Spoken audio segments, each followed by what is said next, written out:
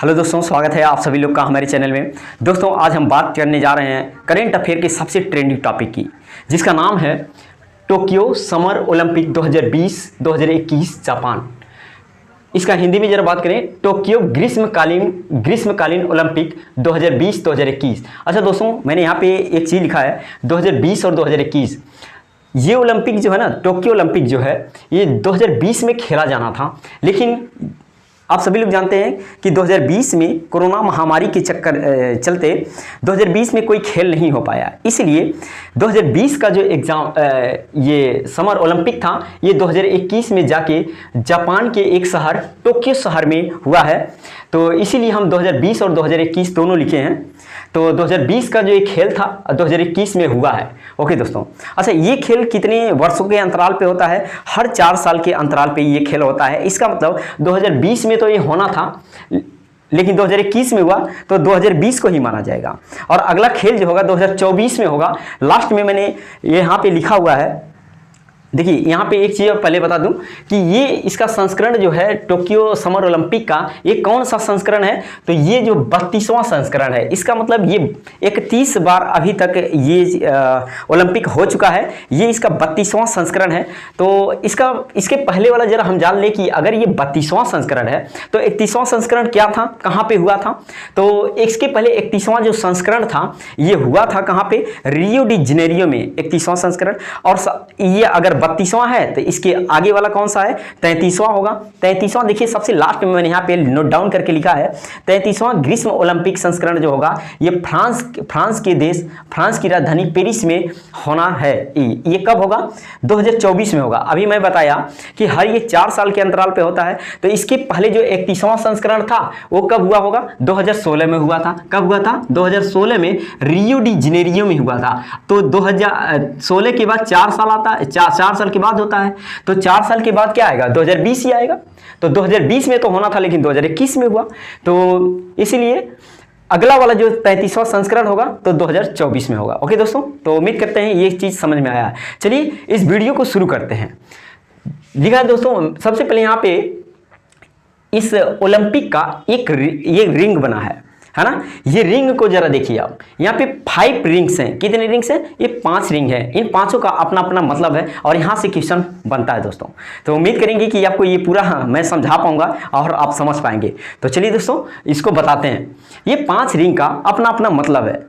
तो हम सभी लोग जानते हैं पूरे वर्ल्ड में, पूरी पृथ्वी पर हम अगर कॉन्टिनेंटों को बांटते हैं तो 5 कॉन्टिनेंट होते हैं। कितने कॉन्टिनेंट हैं? 5 कॉन्टिनेंट, यानी 5 महाद्वीप हैं। ये पांचों जो रिंग्स हैं उस 5 महाद्वीप को बताता है। तो सबसे पहले यहाँ पे जो है ये पहला रिंग जो है ये नीले कलर का है और ये यूरोप महाद्वीप को, यूरोप कॉन्टिनेंट को बताता है। दूसरा जो है ये काला कलर का होता है और ये अफ्रीका महाद्वीप को बताता है। हम सभी लोग जानते हैं एक चीज, अफ्रीका महाद्वीप को क्या कहा जाता है? अफ्रीका महाद्वीप को अंध महाद्वीप के नाम से भी जाना जाता है। और ये ब्लैक कलर का ये रिंग्स होता है। अगला ये जो तीसरा वाला रिंग्स है ये रेड कलर का यानी लाल कलर का है और ये अफ्रीका महाद्वीप को रिप्रेजेंट करता है। अगला वाला ये चौथा है जो है ये पीले कलर का होता है और एशिया महाद्वीप जो सबसे बड़ा महाद्वीप है, सबसे बड़ा कॉन्टिनेंट है एशिया महाद्वीप, उसको रिप्रेजेंट करता है। और लास्ट हमारा 5वां वाला जो है ये हरे कलर का, ग्रीन कलर का होता है और ये ऑस्ट्रेलिया महाद्वीप जो सबसे छोटा महाद्वीप है ये उसको रिप्रेजेंट करता है। ओके, हम उम्मीद करेंगे कि ये चीज़ें आपको समझ में आया है। चलिए इस रिंग्स को बनाने का श्रेय किसको जाता है जरा हम जानते हैं। और सबसे पहले ये ओलंपिक में शुरुआत में नहीं था, ये बाद में ओलंपिक में आया है। तो कौन इसको दिया था, कौन इसको देने का श्रेय इसको किसको जाता है जरा देख लेते हैं। इस रिंग्स को देने का जो श्रेय है वो जाता है पियरे डी कोबर्टीन को। किसको? पियरे डी कोबर्टीन को। ये जो लोगो है ये बनाने का श्रेय इनको जाता है। ओके दोस्तों, चलिए एक चीज और जरा जान ले, ओलंपिक खेल का जो शुरुआत था ये शुरू कराने का श्रेय किसको जाता है? तो इन्हीं को जाता है, पियरे डी कोबर्टीन को ही इस खेल का शुरुआत करने का श्रेय जो है इन्हीं को जाता है। क्या? किनको? Pierre de Coubertin. किनको जाता है? पियरे डी कुबर्टीन को मैंने यहाँ पे लिखा हुआ है, इन्हीं को जाता है। और लोगो भी इन्होंने ही बनाया था। ओके दोस्तों, चलिए अच्छा, सबसे पहले इस लोगो का यूज़ कौन से सन में हुआ था, जरा इसको भी हम जान लें। तो यहाँ पे लिखा है मैंने, इस लोगो का पहली बार जो यूज हुआ था ये एंटवर्प बेल्जियम शहर में, जो 1920 ईस्वी में खेला गया था। 1920 ईस्वी में ये खेला गया एंटवर्प बेल्जियम में। तो सबसे पहले इस खेल में जब खेल हुआ था तब इसका सबसे पहले यूज़ किया गया था इस 5 रिंग्स का। ओके, चलिए आगे और चलते हैं। यहाँ से अब क्वेश्चन हमारे पास पुटअप करेगा। यहाँ पे बहुत सारा क्वेश्चन हमने बता दिया है। चलिए आगे और चलते हैं, देखते हैं। यहाँ पे लिखा है पहला वाला, टोक्यो जापान ओलंपिक का आयोजन कब से कब तक हुआ। जो अभी ओलंपिक ये 32वां संस्करण हुआ है, ये कब से कब तक हुआ है? तो 23 जुलाई से शुरू हुआ था और 8 अगस्त को ये जाके ख़त्म हो चुका है। चलिए उम्मीद करते हैं कि आपको ये डेट याद रहेगा। चलिए आगे चलते हैं। टोक्यो ओलंपिक 2021 में शामिल 5 नया गेम्स शामिल हुआ है इस ओलंपिक में। जरा इसको भी जान लें। सबसे पहले 5 गेम ये कौन कौन सी यूज हुए हैं, यहाँ से क्वेश्चन आएगा। पहला है सर्फिंग। क्या है? Surfing, skate boarding, sports climbing, karate और बेसबॉल। अच्छा, बेसबॉल को पहले इस ओलंपिक में खेला जाता था, लेकिन अभी बेसबॉल को 13 साल के बाद बेसबॉल को रोक लिया गया था और 13 साल के बाद जो है इसका वापसी फिर से हुआ बेसबॉल का। चलिए आगे और देखते हैं क्वेश्चन को। Tokyo Japan Olympic 2021 opening ceremony में यानी उद्घाटन समारोह में भारतीय ध्वजवाहक यानी फ्लैग बेयरर कौन थे? जो ओपनिंग सेरेमनी था अपना, ओपनिंग सेरेमनी में जो झंडा लेके आगे जाते हैं ओपनिंग सेरेमनी में, उद्घाटन समारोह में, वो कौन थे? तो 2 लोग थे, एमसी मैरी कॉम और मनप्रीत सिंह थे। अच्छा, एमसी मैरी कॉम हम सभी लोग जानते हैं, मुक्केबाजी की ये प्लेयर हैं और इसको सुपर मॉम के नाम से जाना जाता है और मणिपुर की रहने वाली हैं। कहाँ की रहने वाली हैं? मणिपुर की रहने वाली, सुपर मॉम के नाम से जाना जाता है। और ये एमसी मैरी कॉम को, अच्छा 2 लोग थे, एमसी मैरी कॉम और मनप्रीत सिंह। तो मनप्रीत सिंह कहाँ के रहने वाले? मनप्रीत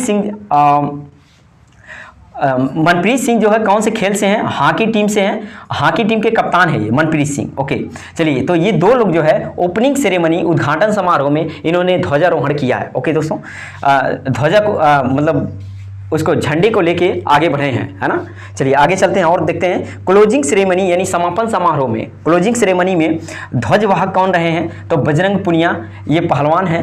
बजरंग पुनिया ये लास्ट समय में और क्लोजिंग सेरेमनी के समापन समय में ध्वजवाहक रहे बजरंग पुनिया, ये पहलवान है। चलिए आगे और देखते हैं क्वेश्चन। टोक्यो ओलंपिक 2021 का मोटो यानी आदर्श वाक्य क्या है? मोटो बहुत पूछता है दोस्तों। मोटो, इसका मोटो क्या था? तो यूनाइटेड बाई इमोशन। क्या था? यूनाइटेड बाई इमोशन इसका मोटो था। अगला क्वेश्चन, टोक्यो ओलंपिक 2021 का शुभंकर क्या था? मस्कट। क्या कहा जाता है इसको? मस्कट। तो इसका टोक्यो ओलंपिक 2021 का शुभंकर जो था मिराई तोवा था। क्या था? मिराई तोवा। ये बहुत ज़्यादा पूछता है, इसका मस्कट क्या होता है, ये शुभंकर क्या होता है? मिराई तोवा है। और आगे चलते हैं और देखते हैं ओलंपिक गेम की शुरुआत कब हुआ? ओलंपिक गेम का जो शुरुआत हुआ था, स्टार्ट हुआ था ये 6 अप्रैल 1896 ईस्वी में, ये सबसे पहले खेला गया था ओलंपिक खेल। चलिए, ओलंपिक खेल का आयोजन प्रत्येक कितने वर्षों के बाद अंतराल पर होता है? 4 वर्षों के अंतराल पे होता है। मैंने शुरुआत में ही बताया था जब यहाँ पे बता रहा था। तो हर 4 साल के अंतराल पे ये ओलंपिक खेल खेला जाता है। Tokyo Olympic Indian medal table जो है यहाँ पे टेबल तालिका जो है, इंडियन मेडल तालिका यानी इसका तालिका मेडल तालिका हमने बना के यहाँ पे रखा हुआ है।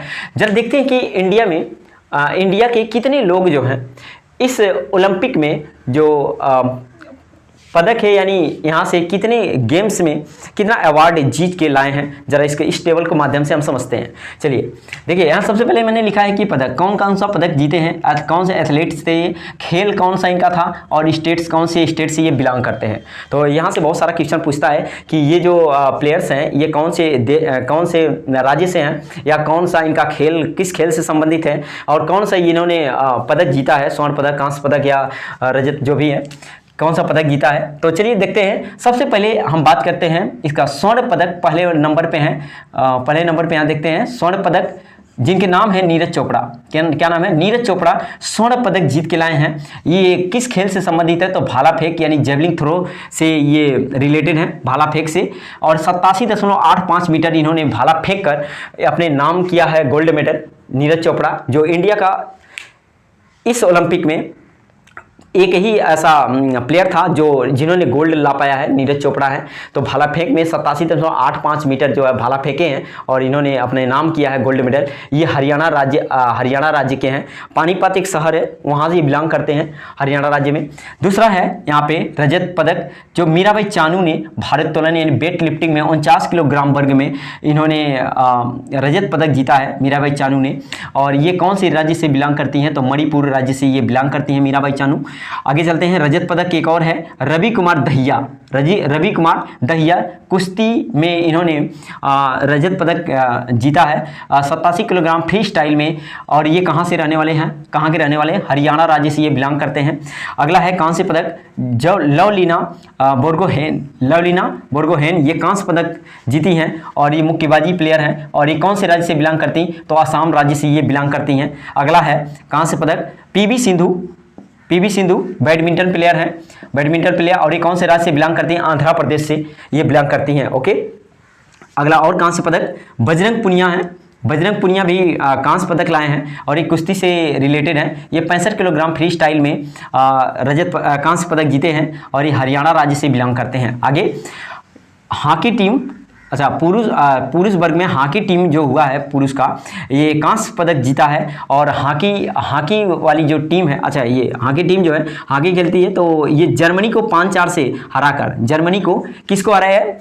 हॉकी जो टीम थी अपनी पुरुष वर्ग की, ये जर्मनी को 5-4 से हराकर 41 वर्षों बाद पदक जीता है। कितने वर्षों बाद? 41 साल के बाद ये जो है इंडिया का हॉकी टीम 5-4 से जर्मनी को हरा के ये पदक अपने नाम किया है, कांस्य पदक। ओके दोस्तों, तो उम्मीद करते हैं कि आपको ये टेबल रट्टा मार जाएंगे। अच्छा, टोटल पदक इसमें कितने जीते हैं? तो आप काउंटिंग कर सकते हैं, टोटल 7 होंगे, 1 2 3 4 5 6 7। आगे मैं यहाँ पे एक टेबल और बनाया, वहाँ पे आपको बताऊंगा। चलिए, तो उम्मीद करते हैं कि आपको ये चीज़ें समझ में आया है। और आगे चलते हैं, देखते हैं। यहाँ पे मैंने लिखा है Tokyo Olympic world medal table, यानी पूरे संसार का, पूरे वर्ल्ड का, पूरे विश्व का टेबल ये मैंने बना के रखा है। जरा इसको समझते हैं।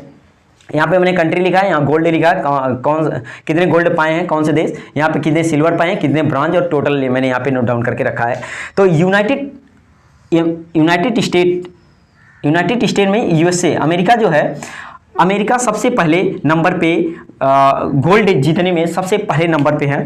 देखते हैं कि अमेरिका कितना गोल्ड जीता है। 39 गोल्ड के साथ ये सबसे टॉप पे, पूरे वर्ल्ड में सबसे टॉप नंबर पे इसका 39 स्वर्ण जीत चुका है। और सिल्वर सबसे ज़्यादा 41 है। और इसका कांस्य भी, ब्रांज भी 33 ये ब्रांज जीता है। और टोटल 113 पदकों के साथ सबसे ऊपर बना हुआ है अमेरिका।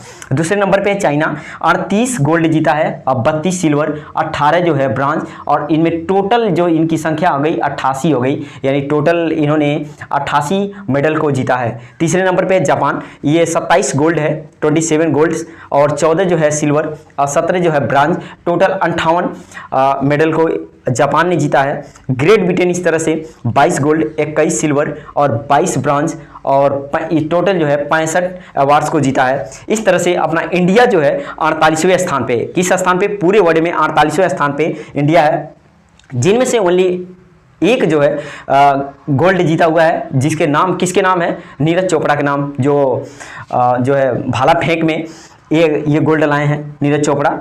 चलिए आगे देखते हैं। 2 है सिल्वर और कांस जो है नहीं, ब्रांज जो है 4 है। इस तरह से अपना टोटल 7 जो है ओलंपिक से, टोक्यो ओलंपिक से 7 अवार्ड्स जो है जीत के आया है अपने इंडिया में। ओके दोस्तों, चलिए, नीरज चोपड़ा अपने इंडिया में सबसे ज़्यादा हाईलाइटेड व्यक्ति रहे इस बार, क्योंकि उन्होंने गोल्ड को जीता है। चलिए, नीरज चोपड़ा के बारे में थोड़ा सा चीज़ें हम समझते हैं आगे और देखते हैं कि नीरज चोपड़ा के बारे में पूरी तरह से इस समय मीडिया में बने हुए हैं। जरा इनसे बहुत सारा क्वेश्चन पूछ सकता है नीरज चोपड़ा से। तो जरा देखते हैं नीरज चोपड़ा को, यहाँ पे देखते हैं। नीरज चोपड़ा का निक नेम जो है ये गोल्डन बॉय है। अच्छा, नीरज चोपड़ा को गोल्डन बॉय क्यों कहा जा रहा है, जरा कुछ चीज़ें यहाँ से मैं बताऊँगा। ये गोल्डन बॉय इनको क्यों नाम दिया गया है, निक नेम इनका गोल्डन बॉय क्यों है, जरा और कुछ चीज़ें फैक्ट्स इनके बारे में समझते हैं।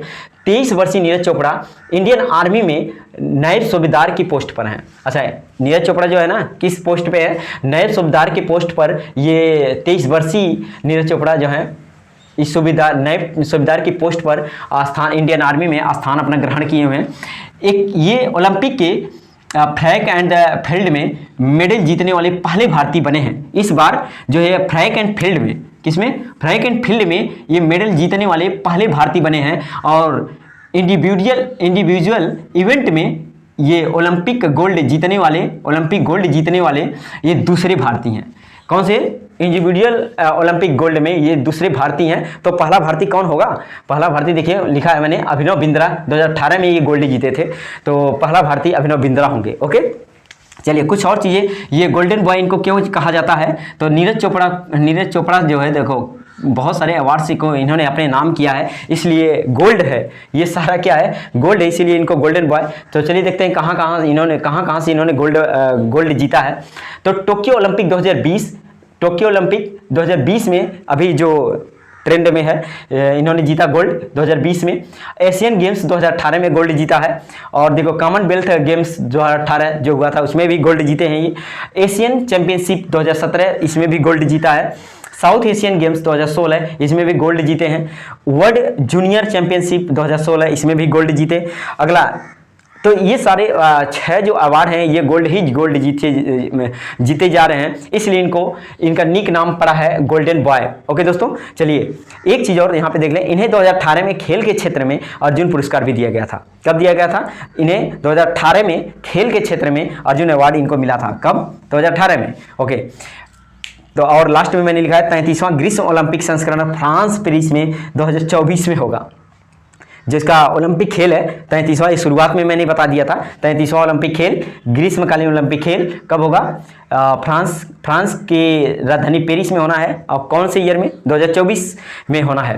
तो उम्मीद करते हैं दोस्तों यहाँ से आपको बहुत सारा क्वेश्चन समझ में आया है और यहाँ से 1 नंबर आप बना पाएंगे। इसी तरह का अगर और वीडियो आप चाहते हैं तो मेरे चैनल को सब्सक्राइब करके प्ले लिस्ट में जाइए और वहाँ से बहुत सारा वीडियो है, वहाँ से जाके देख सकते हैं। और इस तरह से अगर वीडियो मेरा पसंद आया तो वीडियो को लाइक कर सकते हैं। चलिए दोस्तों, उम्मीद करेंगे कि ये वीडियो अच्छा लगा है, एक लाइक तो बनता है। ओके दोस्तों, चलिए बाय बाय।